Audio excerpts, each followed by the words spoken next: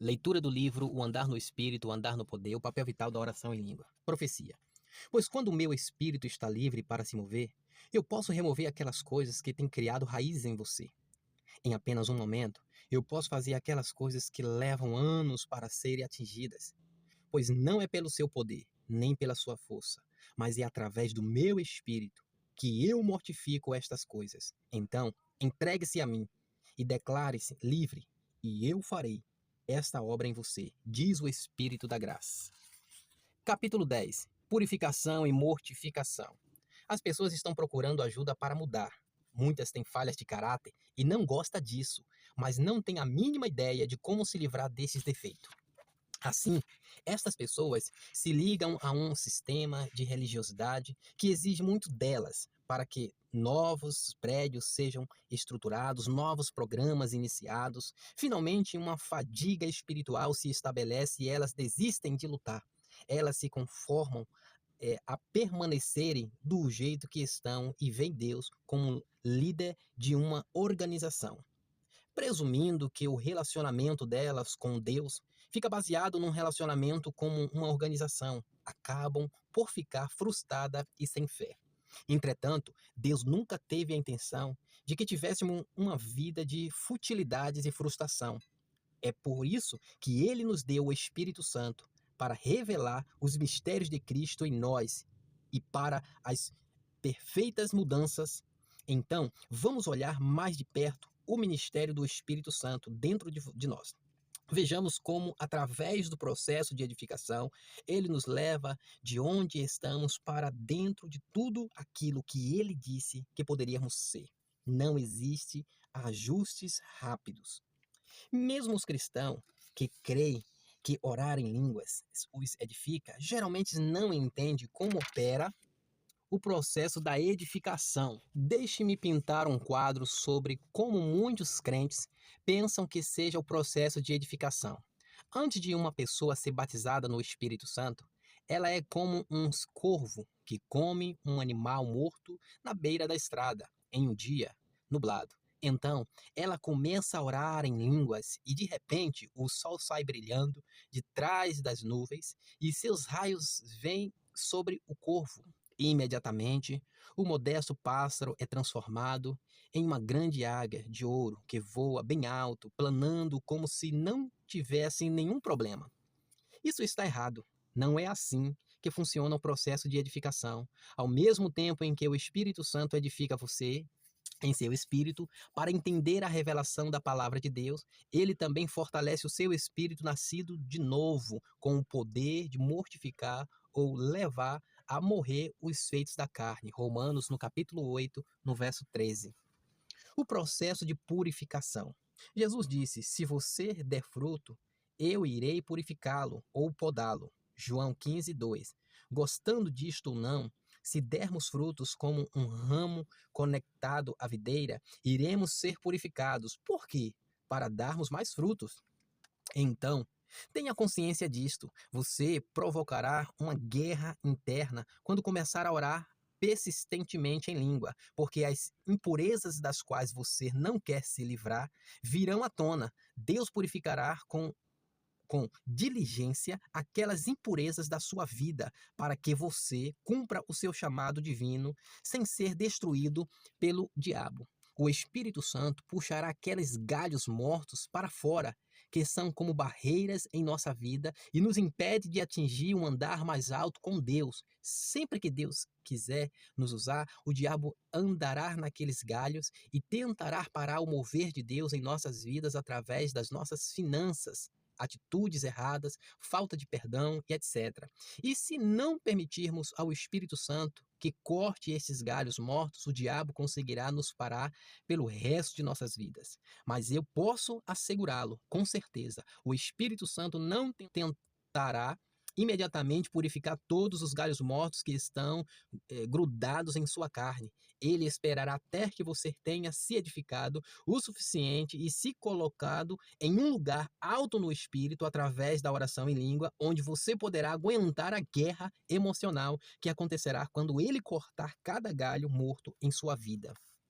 O processo de purificação nem sempre é agradável, mas é sempre necessário, porque de um jeito ou de outro nós seremos purificados. Podemos escolher ser podados agora em nossas falhas e erros, ou podemos esperar até o dia do julgamento de Cristo, quando nossas obras serão provadas pelo fogo. 1 Coríntios, capítulo 3, no verso 12 ao 15. Naquele dia, todas as obras de nossa carne que não conseguimos mortificar nesta vida serão purificadas para nós. Mas aqui vão boas notícias. Não estamos sozinhos para mortificarmos os feitos da nossa carne. De acordo com Romanos capítulo 8, no verso 13, Deus deu a você e a mim o Espírito Santo para nos fortalecer e nos ajudar a nos purificar de qualquer coisa que possa roubar nosso galardão. Porque se viver de segundo a carne, caminhais para a morte. Mas se pelo Espírito mortificardes os feitos do corpo, certamente vivereis. Veja, o engano é a arma mais poderosa de Satanás. Seu objetivo é tirar nosso galardão, mantendo-nos na ignorância sobre o que Jesus nos chamou a fazer em nossas vidas. O diabo sabe que no último dia seremos galardoados pelo quanto do plano pessoal de Deus conseguimos cumprir em nossa vida. Portanto, eu não quero esperar até o dia do grande julgamento de Cristo para receber a purificação de todas as obras carnais que atrapalharam o meu caminhar com Deus. Eu quero saber como o Espírito Santo opera em minha vida agora para me preparar para o meu chamado divino. Subtítulo: O primeiro passo, acordando a consciência.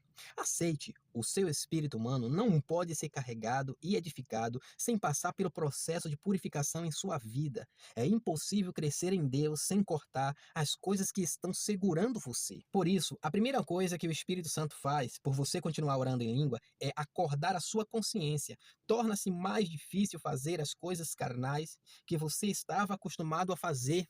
Por exemplo, se alguém faz um comentário maligno ao seu respeito, você simplesmente sorri e louva a Deus pela libertação daquelas pessoas. Você pensa, eu não teria feito isto no ano passado. Eu teria esbofeteado. Alguma coisa mudou. É o processo de edificação em operação. Quando o Espírito Santo acorda a sua consciência por alguma coisa que você está fazendo de errado, isso significa que ele está lá com o poder para fazer aquilo morrer. Quando você acrescenta a sua fé e começa a resistir ao erro, acontece a mortificação e o Espírito Santo o purifica daquilo. Isto é edificação. Coisa escondida nas trevas são reveladas. Subtítulo: Lembre-se do que eu já disse antes. Os mistérios que você ora em línguas são para o seu benefício e não para de Deus, o benefício de Deus. Toda vez que você ora no Espírito, você se comunica com o trono de Deus, os mistérios de Cristo em você, a esperança da glória. Quando Deus começa a responder aquelas orações, você começa a receber conhecimento de sua palavra. O entendimento de tudo o que Jesus é em você começa a vir ao seu interior. Ao mesmo tempo em que estes mistérios são revelados ao seu entendimento, o Espírito Santo também lança uma brilhante luz nos bloqueios espirituais que estão escondidos nas trevas, aqueles pecados, falhas e erros que o impedem de produzir 100% da colheita do plano de Deus em sua vida. É sobre isso que Jesus está falando em Marcos, capítulo 4, no verso 20 ao 22. Depois de descrever os defeitos, tipos de terra ruim nos corações das pessoas, ele diz isso: os que foram semeados em boa terra são aqueles que ouvem a palavra e a recebem, frutificando a 30, a 60 e a 100 por um. Também lhe disse: vem, porventura, a candeia para ser posta debaixo do alqueire ou da cama? Não, vem antes para ser colocada no velador. Então, Jesus me chama de terra boa. Se eu receber a palavra de Deus, tanto a palavra escrita como os mistérios do seu plano para a minha vida pessoal, e produzir o seu fruto a 30, a 60 e a 100%. E Jesus fez a pergunta: vem porventura a candeia para ser posta debaixo do alqueire ou da cama? A resposta é não. Pode uma candeia acesa ser levada dentro de um quarto escuro sem brilhar a luz ao que está escondido nas trevas? Não. A palavra de Deus lhe foi dada para não ser entendida? Não. Jesus, então, fez esta declaração no versículo 22: Pois nada está oculto, senão para ser manifesto, e nada se fez escondido, senão para ser revelado. Então, outras palavras, quando o Espírito Santo começa a iluminar o seu espírito através da palavra de Deus, é como andar em um quarto escuro com uma candeia acesa. Todo obstáculo no quarto que está escondido nas trevas será revelado pela luz. E é justamente sobre a sua vida que Jesus está falando. Ele está exatamente falando sobre desvendar as coisas escondidas na escuridão que o impedem de produzir 100% em seu andar com Deus. Veja, a candeia de seu espírito foi acesa quando você nasceu de novo, e você não pode orar em línguas sem que aquela candeia seja acesa e queime mais e mais. Isto, meu amigo, é quando aquela guerra interna começa. Por quê? Porque a carne não gosta que seus feitos se exponham à luz. A carne é simplesmente como baratas que vivem em hotéis baratos. Quando a luz é acesa, elas correm para se esconder, pois gostam de se esconder na escuridão. É desta forma que acontece com a sua carne. Eu garanto a você que a sua carne não vai querer se livrar de tudo que o Espírito Santo vai iluminar. Subtítulo: Transformação interna antes da mudança externa. Antes que eu entendesse a dinâmica da guerra interna, foi um grande mistério para mim o porquê de tantas pessoas, embora demasiadamente famintas por Deus e empolgadas em seu espírito para orarem muito em línguas, no Espírito Santo, desistem antes de qualquer resultados notáveis ocorrerem. Então, percebi que a maioria das pessoas tinha desistido porque elas estavam procurando suas respostas no lugar errado. Deixe-me dar a você um exemplo. Suponha que um crente fique todo entusiasmado por orar em línguas. Ele decide: cuidado, diabo, eu vou me fechar em algum lugar para orar em línguas, 1 hora todo dia. E ai do homem que me tentar me parar, ele será escorraçado. Assim este homem vai para o seu quarto de oração com uma Bíblia de 5 quilos debaixo do braço. Sim, Senhor. Ele vai orar em línguas 1 hora todos os dias. Só tem um problema. Ele assume um compromisso em estado de depressão, sofrendo de uma doença terminal e em processo de declarar falência. Mas este homem não se importa, porque ele encontrou a resposta. Ele pensa: encontrei alguém que conhece minha fraqueza e orará pelos meus problemas agora, tudo será diferente. Passa-se um mês, este crente ora em línguas todos os dias, 1 hora. Nada mudou. Passa-se 2 meses, ele continua orando em línguas, nada mudou. Passa-se 3 meses, agora este homem está olhando para o horizonte. O que você está procurando? Ah, não muita coisa, mas você sabe, eu estou usando o meu tempo. Tenho orado em línguas por 3 meses. Se tivesse alguém que deve receber uma resposta, sou eu. Vou contar o que este homem está fazendo. Ele está buscando algo espetacular e perdendo o milagre. Em outras palavras, ele está esperando que Deus responda aos mistérios os quais ele vem orando em línguas, mudando suas circunstâncias externas de alguma maneira magnífica.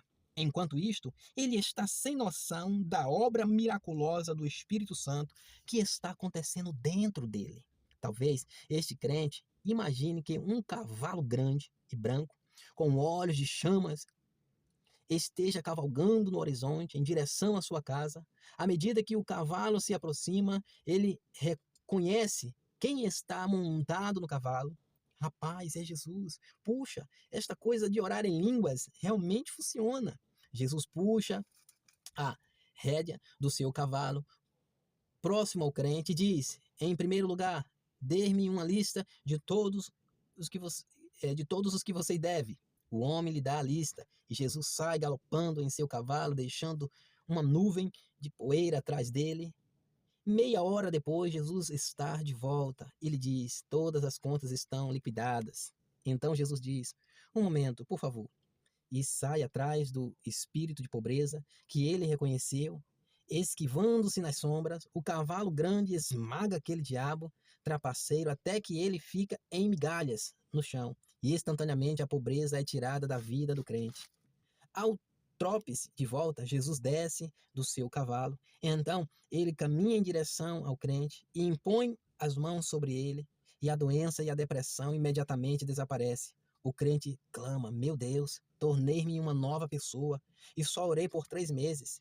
Esta coisa realmente funciona. Jesus sobe em seu cavalo e inicia sua cavalgada de repente. Ele, ele para e cavalga de volta e diz a propósito, eu me esqueci disto. Ele leva as mãos ao bolso e tira um envelope contendo $10.000. Isso é para você se confraternizar com os irmãos da igreja nos restaurantes depois do culto.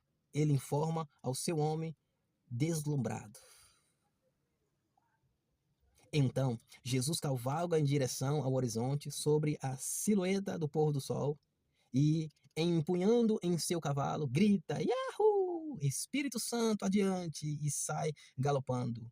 O crente suspira, enxuga o suor da testa e diz: Agora sim, isto foi uma verdadeira libertação. Muitas pessoas cometem o mesmo erro que esse homem. Eles oram em língua, procurando mudanças repentinas em suas circunstâncias externas, mas elas perdem a transformação sobrenatural que realmente acontece em seu espírito. Com muita frequência, elas desistem antes que Deus possa terminar sua obra nelas, o que é a maior mudança de todas. Elas procuram algo espetacular, mas perdem os milagres. Lembre-se, orar em línguas é como qualquer outra oração. Ela é designada para ser respondida. Mas por que é o nosso espírito humano que ora? 1 Coríntios capítulo 14, no verso 14. E também nosso homem espiritual que recebe a resposta das orações. Agora, deixe-me mostrar a você como o homem espiritual recebe a resposta para os mistérios orando no Espírito Santo. Suponhamos que eu tenha uma cruzada onde centenas de pessoas se entusiasmem por orar em línguas. Aliás, elas estão tão entusiasmadas que até mesmo depois de eu deixar a cidade, elas decidem passar uma certa quantidade de tempo orando todos os dias. Mas depois de algumas semanas, sem ver nenhuma mudança aparente em suas circunstâncias, uma a uma começa a desistir. Finalmente, sobra só uma pessoa que está perseverando em orar em línguas todos os dias.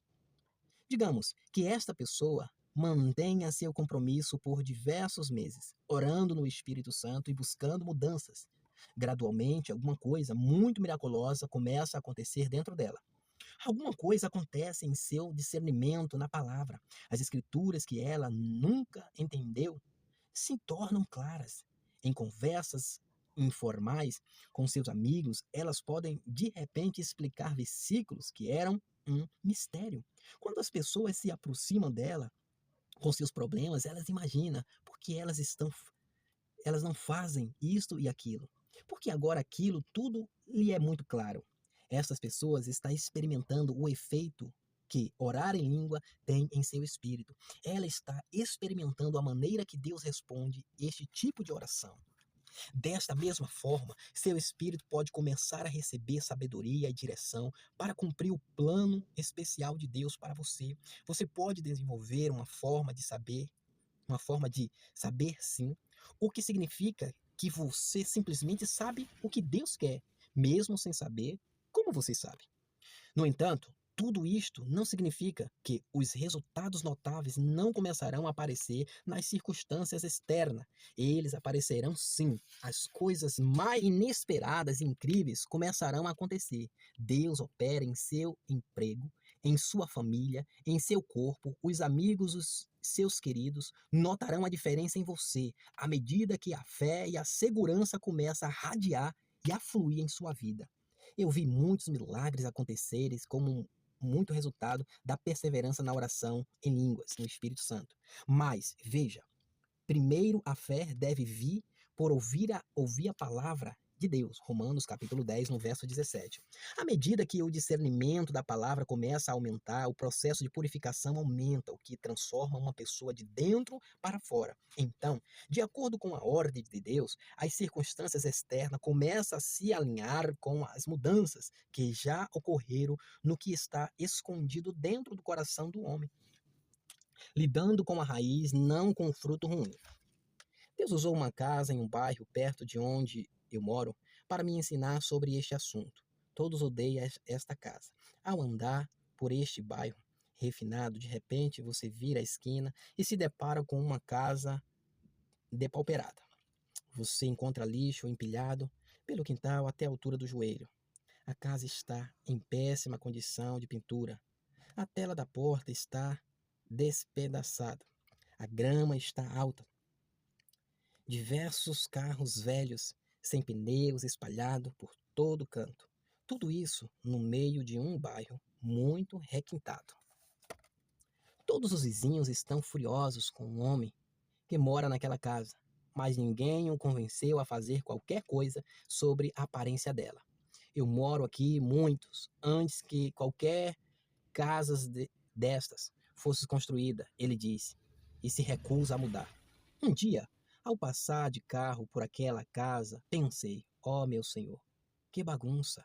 Então o Espírito Santo aproveitou a oportunidade para me ensinar algo. Falou ao meu espírito dizendo, você sabia que a parte de fora daquela casa é o retrato exato daquele homem que mora nela? Puxa, com esta nova revelação em minha mente, a primeira coisa que quis fazer quando cheguei em casa foi cortar a minha grama. Mas veja, o Espírito Santo estava apontando um erro que a maioria dos crentes comete. Eles estão sempre tentando colher o fruto ruim da árvore de suas vidas, sem antes lidar com a raiz que gerou o fruto ruim. Por exemplo, as pessoas normalmente são coagidas através das emoções a responder a um chamado para o altar. Corra aqui e ponha todos os seus frutos ruins no altar. O pregador diz, então elas se ajoelham e pensam, tudo bem, eu não vou mais bater em minha esposa. Eu não vou mais tomar bebida alcoólica. Assim, elas colhem seus frutos ruins, colocam no altar e vão para casa. É bom que aquelas se arrependam e assumam um compromisso com Deus de nunca mais cometer tais pecados. Contudo, tem um grande problema. Se elas não lidarem com a raiz do problema, aqueles bloqueios espirituais escondidos dentro delas, na escuridão, os frutos ruins simplesmente crescerão novamente. Subtítulo: Força de vontade versus mortificação pelo Espírito. Você não consegue descobrir a raiz das obras carnais em sua vida por vontade própria. O Espírito Santo é o único que pode sondar o mais profundo íntimo do seu coração para encontrar a raiz. Assim, ele edifica o seu espírito humano, nascido de novo, para levantá-lo e levar os efeitos da carne para a morte diariamente. Esta é a razão pela qual o batismo no Espírito Santo ocorre no espírito humano, porque é de lá que sai toda a mudança permanente. Eu estou no ministério há mais de 25 anos e descobri que as pessoas não conseguem mudar sozinhas. Por exemplo, quando eu dediquei de novo a minha vida ao Senhor, naquela igrejinha ultra santa, as pessoas pregavam para mim toda hora sobre o que eu tinha que ser e o que eu não tinha que fazer. Elas me diziam para desistir do pecado e me deram uma lista do que eu podia ou não fazer. Mas só quando descobri como liberar o poder do Espírito Santo de dentro de mim é que fui capaz de levar à morte todos os feitos carnais daquele velho homem. Então, finalmente, Jesus, o homem de compaixão, pôde começar a ter as rédeas em minha vida. Veja, a mente natural somente está acostumada com mudança através da força de vontade. Você sabe o que significa força de vontade? É quando você tenta o máximo que pode para se disciplinar contra o problema, usando suas próprias vontades. Não pecarei mais. Não pecarei mais. Você disse, rangendo os dentes, mas mesmo tentando ao máximo, você não consegue quebrar o hábito carnal, usando a força da sua própria vontade. Por outro lado, a mortificação através do Espírito é o processo pela qual o Espírito Santo se levanta de dentro de você para destruir as amarras que a carne tem sobre você. Em vez de ser dominado pelo pecado, você ganha domínio sobre ela. Subtítulo: A carroça na frente dos bois. Como liberamos aquele poder de dentro de nós para mortificar os feitos da carne? Já vimos que Romanos capítulo 8, no verso 26, está a resposta. Também o Espírito, semelhantemente, nos assiste em nossas fraquezas, porque não sabemos orar como convém, mas o mesmo Espírito intercede por nós sobremaneira, com gemidos inexprimíveis. Então, a chave que libera o poder do Espírito Santo em nossa vida, em um nível pessoal, para mortificar os feitos da carne, é a linguagem sobrenatural de línguas. O Espírito Santo diz: com licença, eu gostaria de ajudá-lo. Se você me deixar interceder por você, com gemidos inexprimíveis, eu quebrarei as amarras daquele bloqueio que estão no caminho, impedindo que você receba o que há de melhor em Deus.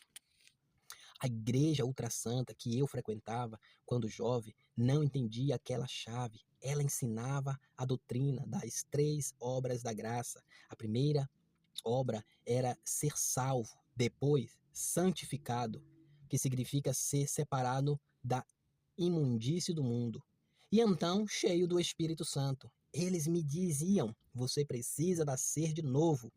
Obrigado, mas eu já nasci de novo. Agora você precisa se santificar. Santificar-me do quê? Eu perguntei. De fumar, de beber, mascar fumo e todo este tipo de coisa. Só então poderei receber o Espírito Santo? Eu perguntei. Sim. Você quer dizer que eu não posso ser salvo primeiro, depois ser cheio com o Espírito Santo e depois ser santificado? De jeito nenhum. Você acha que Deus batizará um cristão não santificado com um bafo de álcool e que masca fumo? Ah, eu disse, acho que não. Mas aquelas pessoas tinham colocado a carruagem na frente dos bois. A Bíblia diz que é através do Espírito que você mortifica os feitos do corpo. Aquelas pessoas santas me disseram: você tem que se tornar bem o suficiente para receber o Espírito Santo. Eu respondi: sim, mas eu preciso do Espírito Santo para me tornar bom o suficiente. Elas disseram: então, você não pode tê-lo. Entretanto, apesar do que aquelas pessoas pensavam, eu fiquei cheio do Espírito Santo de qualquer maneira. Uma noite eu fui para o altar da igreja e o Espírito Santo veio sobre mim. Pela minha ignorância, eu relutei em falar as palavras sobrenaturais que ele estava criando dentro de mim. Mais tarde, enquanto eu adorava a Deus em casa, o Espírito Santo veio sobre mim de novo. Desta vez, eu levantei as minhas mãos e comecei a me entregar a Ele. Eu caí no chão debaixo do poder de Deus e levantei falando em línguas. E tem sido assim desde então. Mas eu não podia nem mesmo contar para aquelas pessoas da igreja que tinha recebido o Espírito Santo, porque ainda fumava meu cachimbo e assistia a Jornada nas Estrelas. E então o Espírito Santo me disse: deixe-me entrar, meu filho. Eu sou o poder que foi enviado para ajudá-lo em suas fraquezas. Simplesmente continuei orando em línguas, continuava fumando meu cachimbo a caminho da igreja aos domingos de manhã. Então, enquanto voltava para casa, eu tinha vontade de parar com o vício e jogava fora o meu cachimbo pela janela do carro. Mas no dia seguinte, no trabalho, comprava outro cachimbo, fumava novamente. Na quarta-feira, a caminho da igreja, para o culto da noite, então de volta para casa, jogava de novo. O processo de purificação estava bem encaminhado. Eu provoquei aquela guerra interna através da oração em línguas, mas descobri que a mortificação através do poder do Espírito Santo se dá na minha árvore. Tudo o que eu sei ao certo é que uma vez que o meu espírito humano nasceu de novo e fui edificado o suficiente no Espírito Santo, a raiz foi atacada e o fruto ruim caiu do galho para sempre. Isto superou tudo o que eu já tinha visto. Parábola da Irmã Dieta. Subtítulo: Talvez você consiga entender melhor a diferença entre força de vontade e mortificação através dessa minha pequena parábola sobre a Irmã Dieta. Para a Irmã Dieta, todos os janeiros começam sempre na mesma maneira. Eu vou perder 15 quilos da minha desagradável gordura. Nada de McDonald's, nada de tortas e bolos, apenas saladas e começarei um grande programa de exercício. A Irmã Dieta sacode suas emoções e usa sua força de vontade. Então, o 1º de janeiro, ela começa a sua dieta. Por 2 meses, ela consegue alongar suas forças de vontade com uma corda de violão. E pelo 3º mês ela diz: Ah, Deus, mais uma salada. Então, um dia, o pastor recebe uma ligação da fábrica de torta local. Pastor, temos uma mulher aqui que diz ser uma frequentante de sua igreja e ela acabou de atacar nossa fábrica de tortas. Ela diz que seu nome é Irmã Dieta. Você a conhece? Sim, conheço. Bem, ela não para de falar algo sobre a força de vontade ter sido quebrada. O que aconteceu com ela? Eu não sei. Você já viu um daqueles desenhos de perna longa, onde o diabo da Tasmânia gira como um tornado, comendo árvore e qualquer outra coisa que estiver pelo caminho? Bem, a Irmã Dieta acabou de entrar e já comeu metade de tudo e foi até a porta da freezer e está lá até agora. Colocamos 2 camisas de força nela. Você poderia vir aqui buscá-la? Então, o pastor vai buscá-la.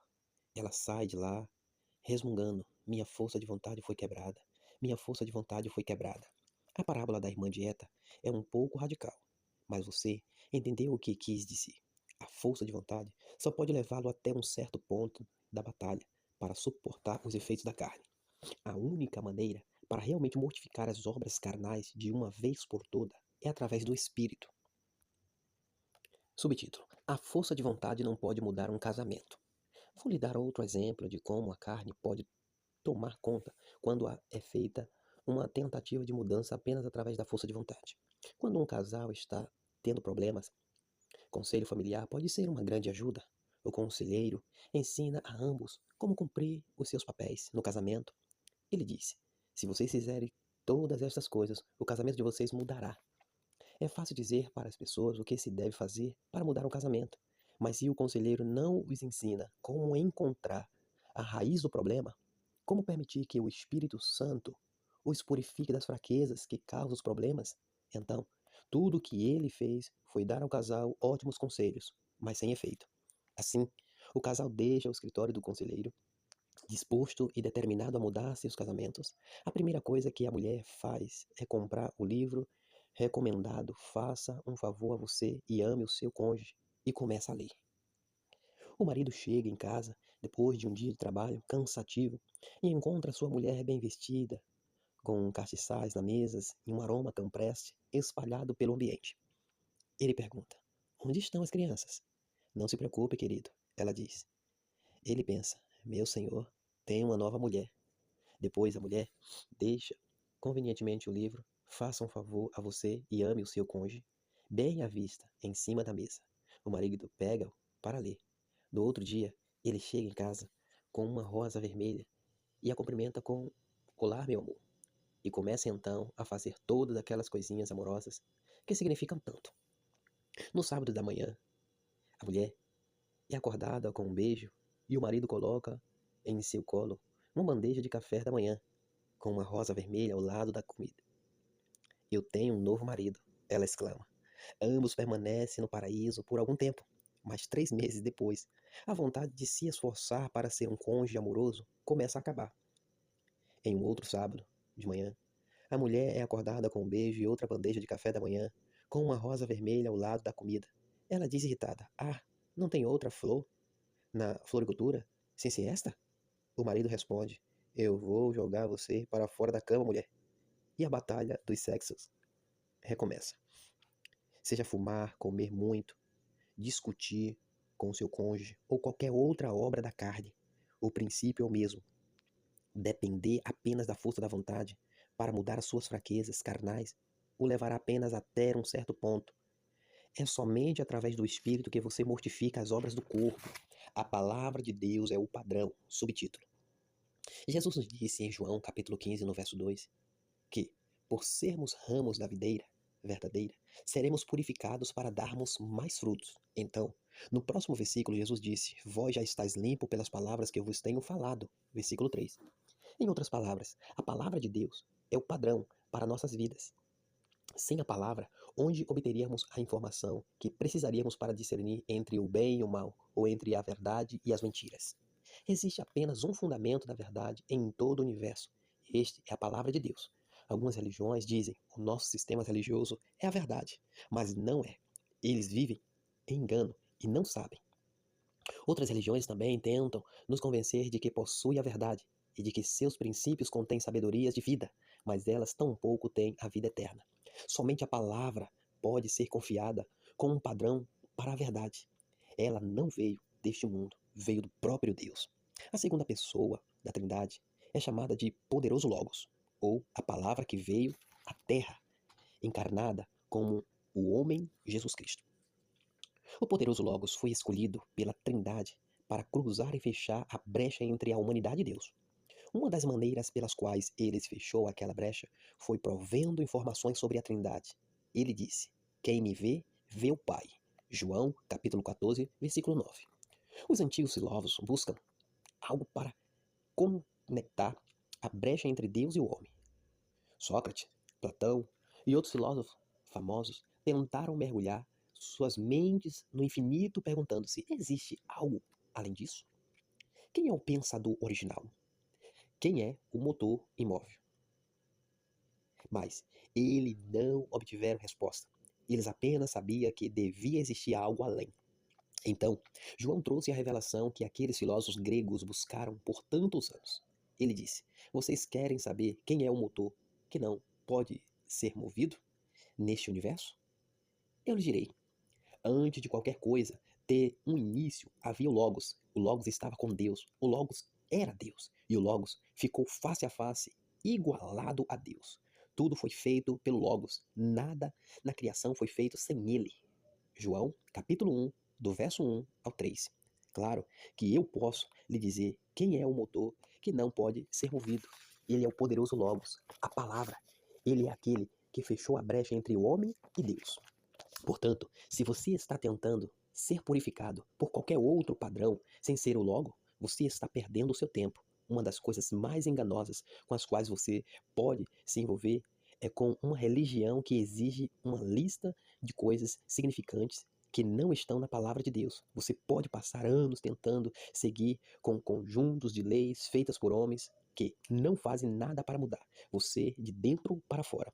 Existe apenas um processo de purificação e Jesus já o disse: Vós já estáis limpo pela palavra que eu vos tenho falado. João, capítulo 15, no verso 3.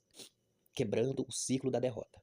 Então, é através do Espírito e de acordo com a palavra de Deus que mortificamos os feitos do corpo, os medos, falhas e maus hábitos com os quais a carne tenta nos manter em um ciclo de derrota eterno. Essa é a única maneira que podemos tirar os limites de nossas vidas. Eu descobri que um dos principais papéis da liderança do Espírito Santo em nossas vidas é nos tirar de todos aqueles caminhos que sobram do domínio da natureza carnal. Estas sobras podem sabotar tudo o que Deus está tentando fazer em nossas vidas. Um dia eu perguntei ao meu irmão, que na época era um detetive em Memphis, Estados Unidos: Você quer mesmo saber o porquê o impede de ser um multimilionário? Ele foi sábio o suficiente para me responder corretamente. Seu emprego não tinha nada a ver com isso. O problema dele era a sua própria maneira limitada de pensar, que o havia dominado por toda a sua vida e o mantido preso. Em Marcos, no capítulo 9, no verso 23, Jesus disse que tudo é possível àquele que crê. Portanto, a única barreira entre nós e qualquer tipo de milagre é a maneira carnal ou sistema de pensamento que tem nos prendido no âmbito da alma. Essa maneira, que não é bíblica, não dá substância à fé. A esperança foi programada erroneamente, foi deixada de lado, está cheia de medo e tormento, ao invés de fé. O Espírito Santo irá substituir aquela confusão pelo tipo de esperança que pode dar substância à fé. Mas precisamos nos entregar à sua liderança quando ele começa a tirar pelas raízes aquelas maneiras destrutivas senão continuaremos na mesma prisão invisível até o dia da nossa morte. Veja, não foi por acidente o que Paulo falou em Romanos, no capítulo 8, no verso 14. Pois todos os que são guiados pelo Espírito de Deus são filhos de Deus. Após falar sobre a mortificação dos feitos da carne, no versículo 13, os versículos 13 e 14 são um pensamento contínuo. O termo filho de Deus se refere ao crente maduro que foi nutrido pelo Espírito Santo a ponto de poder andar agora em sua nova natureza, ao invés de andar nos feitos da carne. Paulo está desenvolvendo, no versículo 14, um estado de maturidade espiritual no qual maneira carnal e sistema de pensamentos não podem mais dominar você, porque agora você está andando na sua nova natureza e não de acordo com a carne. Muitas vezes, os crentes que ainda são imaturos e carnais querem que o Espírito Santo lhe mostre coisas pessoais de outros, ou que eles lhe diga qual carro comprar, mas a única coisa que o Espírito Santo pode fazer com um crente nesta condição espiritual é tirá-lo de suas próprias confusões. Você pode dizer, bem, eu quero que Deus me guie neste ministério ou nesta promoção de emprego. Mas a primeira coisa que ele fará é tirar você de tudo o que tenha mantido num ciclo contínuo de derrota. É sobre isso que Romanos capítulo 8, no verso 13 e 14 está falando. Todos os que permitirem que seu espírito seja nutrido e ensinado pelo Espírito Santo são os filhos maduros de Deus, pois é através do Espírito, a nova natureza no interior deles, que os feitos da carne são mortificados. O Espírito Santo os tira das mentiras e sistemas que os aprisionam. Paulo descreveu esta condição de escravidão em Romanos no capítulo 7, no verso 7 ao 24. Ele diz: Desventurado homem que sou, existe uma tendência em meus membros para pecar, e quanto mais eu tento servir a Deus, mais ela luta em minha mente. Não existe nada em mim que possa conter isto, apenas Deus ter me dado a lei e de eu ter tentado segui-la. Este desejo pelo pecado luta constantemente em meu interior. Pareço não conseguir pará-lo. Essa condição espiritual sem esperança é a razão pela qual o mundo se tornou culpado diante de Deus e sujeito ao seu julgamento. O mundo precisava de um Salvador. Romanos capítulo 8 nos diz como um Salvador veio e nos tirou de nossa escravidão na carne, colocando-nos no caminhar do Espírito, derrubando as fortalezas da alma. Subtítulo: tudo o que você precisa fazer é olhar para a raiz da palavra mortificar, a qual significa morte, para saber que você está numa batalha dentro do processo de purificação. Paulo descreve esta batalha em 2 Coríntios capítulo 10, no versículo 4. Porque as armas da nossa milícia não são carnais, e sim poderosas em Deus para destruir fortalezas, anulando-nos sofisma.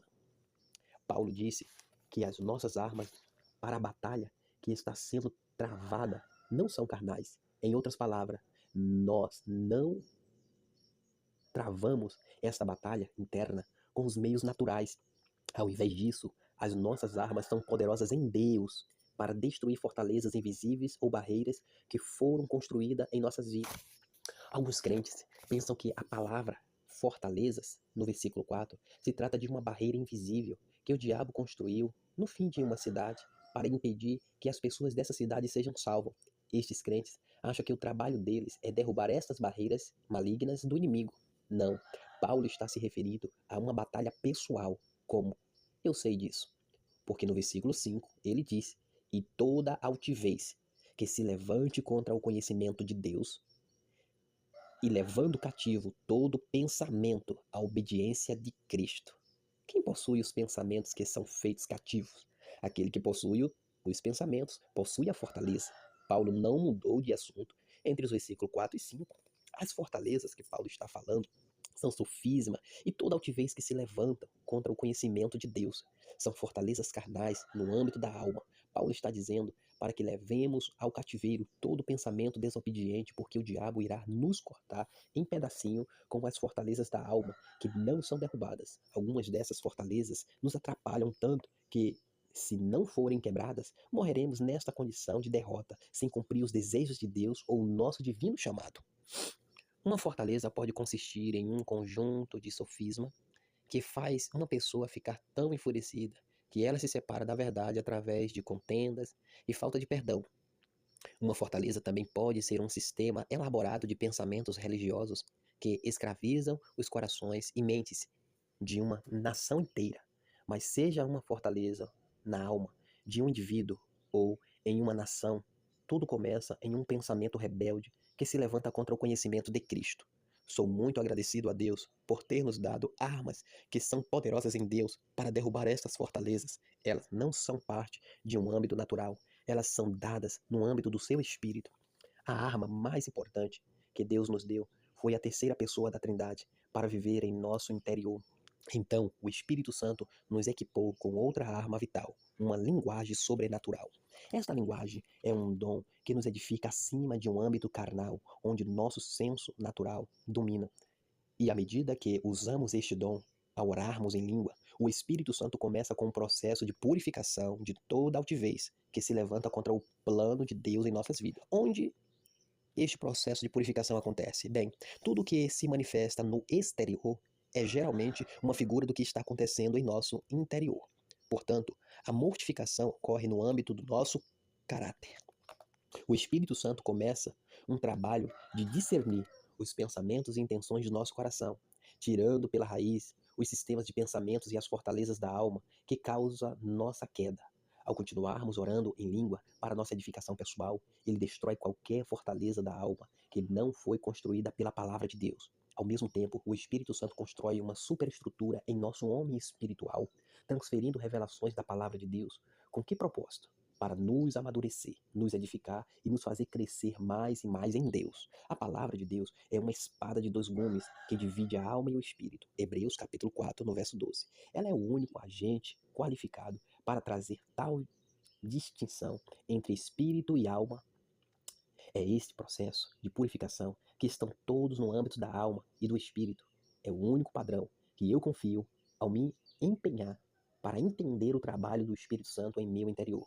Não importa quantos diabos venham atormentar a minha alma, vou me pôr contra os ataques e ainda assim escolher apenas a palavra como meu padrão. Aquela espada de dois gumes já penetrou no meu espírito e eu me recuso a acreditar em qualquer coisa ou em qualquer pessoa que não esteja de acordo com o que a palavra declarou. Os últimos 40%, subtítulo.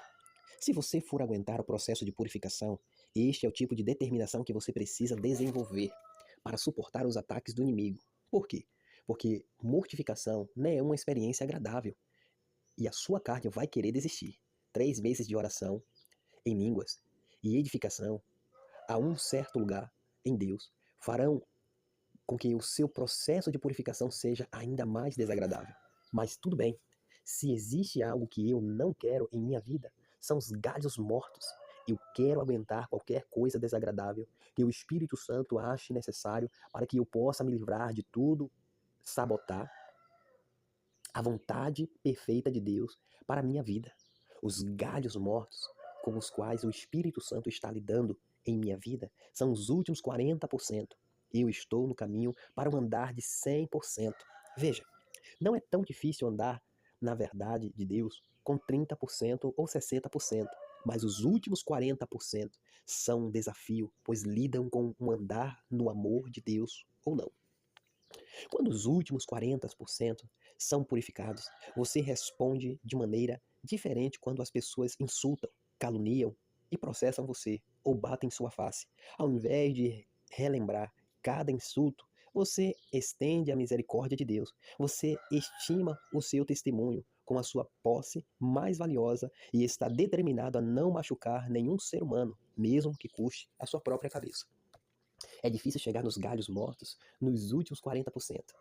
Muita edificação deve acontecer antes de o Espírito Santo começar a lidar com aqueles galhos difíceis de serem atingidos para purificá-lo. Aliás, durante os 6 primeiros meses que você ora constantemente em língua, o Espírito Santo está fortificando o seu espírito para que você queira decidir cortar aqueles galhos mortos. Lembre-se, Jesus disse que você é purificado através da palavra que ele falou. João capítulo 15, no verso 3. À medida que o Espírito Santo enche o seu espírito com a revelação da palavra, você será capaz de cortar aqueles horríveis galhos mortos que confundem e atrapalham a sua vida. Uma coisa é certa, você não se livrará dos últimos 40% por apenas sentar na igreja uma vez por semana e ouvir a um sermão de meia hora que você não pretende seguir. Então, se você pensa que não é necessário orar muito em línguas para a edificação pessoal, pense bem. Você tem um propósito divino para cumprir e você não quer galhos mortos em seu caminho. Galhos mortos do autocontentamento. Subtítulo: a pior coisa da qual você precisa ser purificado é do autocontentamento e da indiferença. O extremo deste tipo de comportamento é quando alguém diz que esta cidade vá para o inferno, porque eu tenho que passar meu tempo orando por elas. Existem alguns pastores em um estado de autocontentamento que não querem ao menos estar debaixo do mesmo teto com os outros pastores da mesma cidade. É claro que estes pastores querem ver a cidade salva. Eles não são tão malignos, mas querem ser os que farão isto. Eles dizem: se um grupo evangelístico não vier através de mim e da minha igreja, eles não terão meu apoio. Isto é chamado de indiferença ou autocontentamento e faz parte dos 40% em uma grande tarefa para o Espírito Santo cortar este galho morto. O Espírito Santo precisa cortar o galho morto da indiferença de nossas vidas antes que busquemos o reavivamento acima de qualquer desejo egoísta. Até sermos purificados do autocontentamento, sempre estaremos preocupados com o meu estilo de vida ou com o meu conforto mais do que com a salvação de pessoas. Pessoalmente, o diabo já tentou usar inúmeras vezes o autocontentamento como um meio de me impedir de entrar no melhor de Deus para mim. O inimigo cochichava em minha mente: por que você não descansa e relaxa? Você tem uma ótima unção, você tem um ótimo culto, centenas de pessoas são cheias do Espírito Santo em questão de semanas, não é mesmo? Você não está sempre fazendo conferência? Por que você não para um pouco e fica onde você está? É um bom lugar para parar. Todas as vezes que eu tentei dar um tempo para entrar em uma zona de conforto, encontrei um forte ataque do inimigo. Minha carne dizia: bem, porque eu não fico onde estou espiritualmente? Porque me submeto a mais batalha com o diabo? Porque eu não posso viver confortavelmente como os outros pastores? Eles parecem ser tão contentes e felizes. A minha carne sempre tenta me convencer a estar satisfeita. Mas veja, a fome no interior do meu espírito sempre foi mais forte que a voz da minha carne. Eu só consigo andar na carne até que se torne insuportável. Eu fico completamente triste e permaneço daquele jeito até conseguir resistir ao meu contentamento e começar a buscar fervorosamente a Deus de novo. O Espírito Santo quer nos amadurecer através da revelação da palavra de Deus, para que olhemos para os galhos mortos do autocontentamento de nossas vidas e digamos: eu tenho nojo disso. Espírito Santo, por favor, corte-o. Ele também se alegra se olharmos para aqueles galhos e admitirmos honestamente: Deus, eu não quero que este galho seja cortado. Neste momento, apenas precisamos fazer uma coisa: continuar orando em línguas, pois iremos querer nos livrar daqueles galhos mortos e horríveis. E assim que funciona o processo de edificação. Meu próprio processo de edificação. Subtítulo: quando o Senhor havia terminado de cortar os galhos mortos de minha vida, eu não passava de uma ponta de cigarro. Ele cortou todos aqueles galhos mortos com pensamentos errados, desejos da carne, amor pelo dinheiro e exaltação própria. E eu prefiro muito mais os galhos frutíferos que cresceram do que aqueles que foram cortados. Mentir foi outro galho morto que o Espírito Santo apontou em minha vida.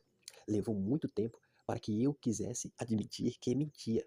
O meu caso, a mentira era geralmente uma forma de enganar alguém, mas é claro que você nunca fez isso. Aqui vai um exemplo. Seu filho atende ao telefone e você pergunta: quem é? É a Maria. Diga que saí. Então você sai e fecha a porta. Seu filho diz a Maria: meu pai saiu. Quero dizer, ele não está lá. Tecnicamente, você não está lá. Você pode raciocinar e dizer: eu não menti. Bem, então por que você está se explicando? Ou então, uma pessoa pode mentir porque ela não quer mostrar o que realmente é. Por exemplo, ela pode ser preguiçosa. Talvez ela não tenha feito o que disse que faria. Então, ela tenta cobrir a verdade. Eu fiquei meio ocupado. Você não está ocupado, seu preguiçoso. Você poderia ter feito o que deveria. Aqui vai outro exemplo.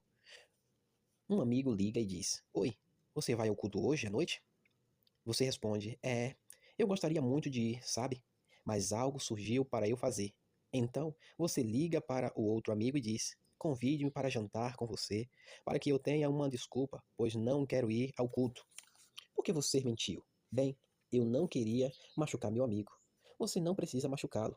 Apenas diga: não, acho que não vou hoje à noite. Mas pelo amor de Deus, fale a verdade. Deixe-me dizer o que fez uma mentira branca ser tão perigosa. Em Efésios capítulo 6, no verso 11, Paulo diz: Revestíveis de toda a armadura de Deus, para poder ficar firme contra as ciladas do diabo. Perceba que a primeira parte da armadura é a verdade, versículo 14. Depois que você disse ao seu filho para mentir por você, ou depois de ter enganado alguém, encobrindo a verdade, o diabo vem em seguida com um ataque.